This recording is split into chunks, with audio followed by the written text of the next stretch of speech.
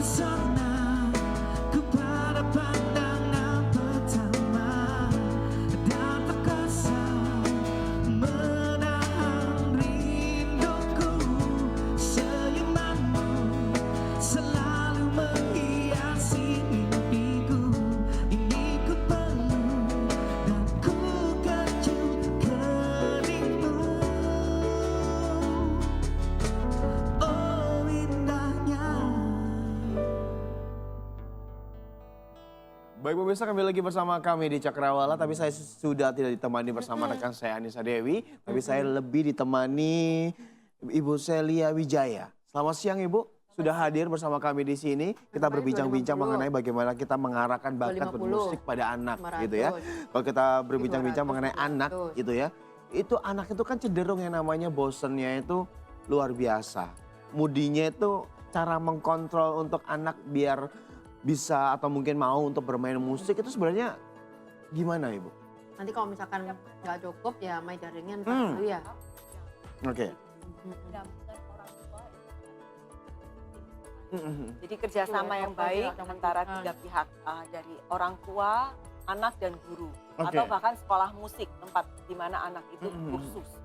Jadi kita tidak bisa menyerahkan semuanya ke guru karena anak itu hanya ketemu dengan gurunya seminggu sekali. Dan itu hanya berapa iya, jam saja? setengah jam bahkan kadang Oke. 30 menit, ya 45 Oke. menit, 60 menit. Tapi orang tua yang setiap hari yang harus mendampingi. Nah, berarti di sini adalah perannya adalah PR-nya adalah PR orang tua yang kalau misalnya sudah ngerti anaknya ini sudah bakatnya adalah bakat bermain musik, ya harus segera diarahkan seperti itu. Betul. Tapi untuk bagaimana untuk kita mendeteksi secara dini bahwa oh ternyata anak saya ini kelihatannya sukanya main musik, itu biasanya dengan seperti apa untuk pendeteksian anak yang biar tahu bahwa memang bakatnya adalah bergerak di bidang musik, Bu? Bisa dicoba beberapa hal. Jadi anak itu bisa dibawa ke tempat konser, Mhm. ke tempat lomba yang ada musiknya, environment lingkungan musik. Lalu juga dicobakan kursus karena sebenarnya bakat itu hanya 1%, kerja keras itu 99%. Benar, saya setuju kalau Ya, yang itu ya. jadi tidak ada segala sesuatu yang instan. Jadi semua itu proses. Lalu kita bisa tahu anak itu bakat itu juga perlu proses. Benar. Jadi nggak bisa dalam 1-2 bulan terus anak itu nggak maju-maju terus kita bilang oh ini nggak bakat saya berhentikan aja, nggak bisa. Jadi kita lihat karena kita merasa kalau orang tua merasa bahwa pendidikan musik ini penting buat anak, walaupun someday pasti itu ada hasilnya gitu. Kerja Oke. keras kita, ada harga yang harus dibayar. Misalnya orang tua sudah pulang kerja capek-capek ya, kadang-kadang dia menyerahkan oh udah latihan aja, latihan atau kadang-kadang HP pun tidak dicas adil. nanti. Orang tuanya lihat TV gitu ya misalnya, terus anaknya disuruh latihan, sedangkan suara TV itu mengganggu sekali buat anaknya. Oke. Nah jadi orang tua harus mendampingi. Oke, jadi memang turut menanyakan. andil Ya, juga betul. dalam peran serta perkembangan anak Ya. yang meliputi bakat entah itu di dunia musik atau Ya. lepas dari entah apa itu bakat yang lain ya. Ya. Tapi kalau berbicara mengenai musik, Ibu Celia Wijaya ini juga dari Wijaya Music, lebih tepatnya adalah dari Principal of Wijaya Music ya. Sebelum kita tanya-tanya lebih lanjut mengenai bagaimana kita mendeteksi bakat musik terhadap anak, mungkin bisa jelaskan terlebih dahulu mengenai Principal of Wijaya Music ini, Bu.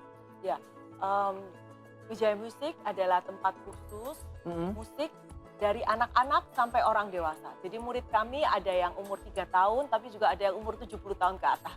Wow, Ya, 70 tahun ke Ya, atas. hampir 80 tahun. Karena mereka Oke. merasa bahwa ini penting sekali untuk belajar musik, untuk mencegah, kalau untuk orang tua itu lebih mencegah kepikunan. Oke. Ya, jadi mereka belajar menyanyi, belajar itu membuat mereka lebih sehat. Kan melatih paru-paru, terus belajar piano lagi, belajar alat musik, bahkan alat musik tradisional, tradisional dari Tiongkok itu yang kita sebut kujang, itu ada yang muridnya sudah usia 70 tahun. Wow. Ya, mereka masih belajar itu. Oke, Bu Celia, ini kalau tadi saya dengar dari obrolan kita ini yang dapat saya tangkap gitu ya, sebenarnya apa yang diajarkan di Wijaya Musik ini? Segala macam alat musik, juga vokal. Vokal singing, juga? Ya, karena Oke. singing vokal itu alat musiknya adalah pita suara kita kan. Jadi ya semua, kita juga ada balet, karena Oke. itu semua mencakup satu hal. Karena dan juga kita juga ada modern dance. Oke, jadi Ya. ini ya istilahnya kayak seperti ke entertainment-nya gitu ya, Betul, entertainment betul. industrinya gitu ya. Ya. Tapi untuk yang kursusnya lebih tepatnya Ya. seperti itu. Tapi kalau berbicara mengenai dunia musik, untuk yang basically adalah dunia singing atau vokal gitu ya. ada nggak sih murid dari Ibu Celia ini ya yang basically adalah atau notabene ini masih belum mempunyai bakat yang nggak bisa nyanyi. Tapi biar bisa nyanyi gitu bisa nggak sih? Bisa, bisa. Itu- Semua bisa dilatih. Oke, itu kalau misalnya untuk usia-usia yang bisa dikatakan sudah di atas 20, 25 gitu Iya. masih bisa dilatih. Masih bisa, cuman memang perlu waktu lebih panjang proses. Oke. Ya. Jadi misalnya kalau dia dari vals dia tidak bisa nyanyi one tone artinya ya, bukan jadi monoton one tone. Jadi misalnya burung kakak tua seperti orang ngomong, Iya. ya itu bisa dilatih tapi perlu waktu. Kalau anak kecil lebih cepat. Oke, Ya, jadi kenapa- ini PR juga ya untuk ibu-ibu atau mungkin orang tua yang sudah menyaksikan. Jadi kalau mungkin anaknya sudah tahu bakatnya adalah di dunia musik, langsung saja diarahkan ke tempat khusus musik gitu ya. Ya. Karena lebih cepat dibandingkan kalau nanti usianya sudah menginjak usia bisa dikatakan remaja Ya. atau mungkin dewasa. Oke, kalau kita berbicara mengenai cara mengajar musik terhadap anak, ini Deva ini juga ini ya ngajar juga untuk anak-anak juga ya. Nah, Mengajar juga. atau mungkin ingin sharing atau mungkin tanya-tanya juga sama Bu Celia, mungkin ingin tuker ilmu juga monggo boleh juga silakan Mas Deva.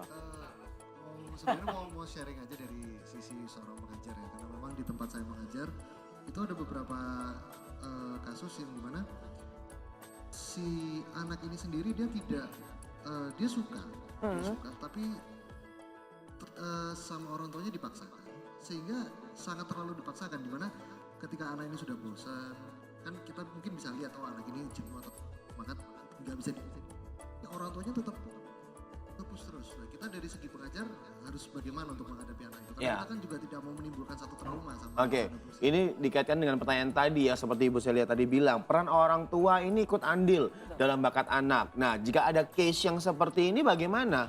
Orang tua malah mempush anak untuk terus berlatih padahal anak sendiri bisa dikatakan dalam titik jenuh.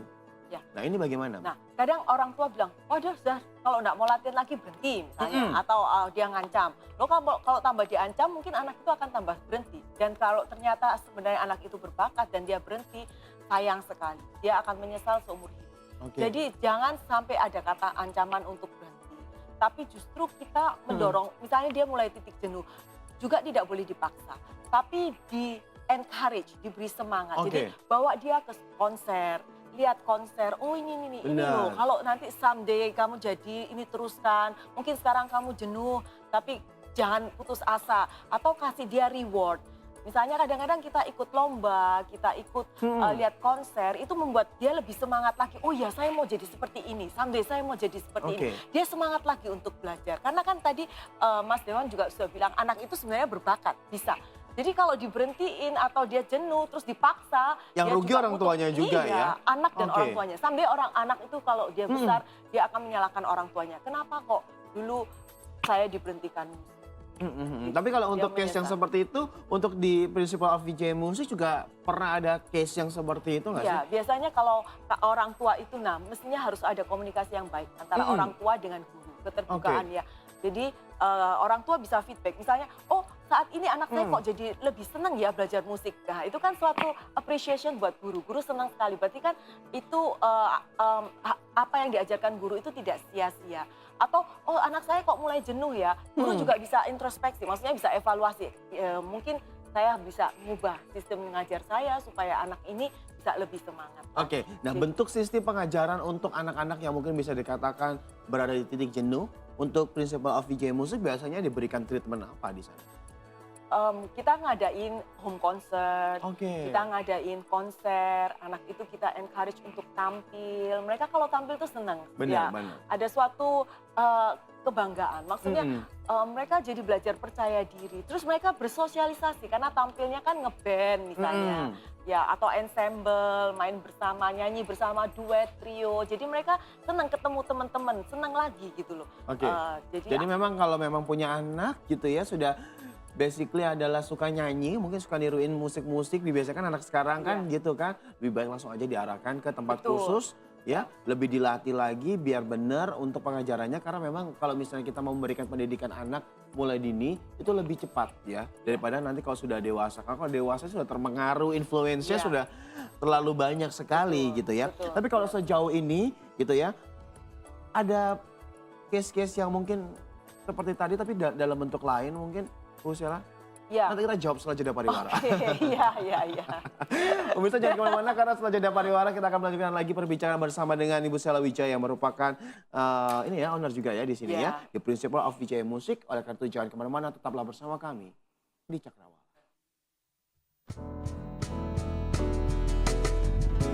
Tak bersama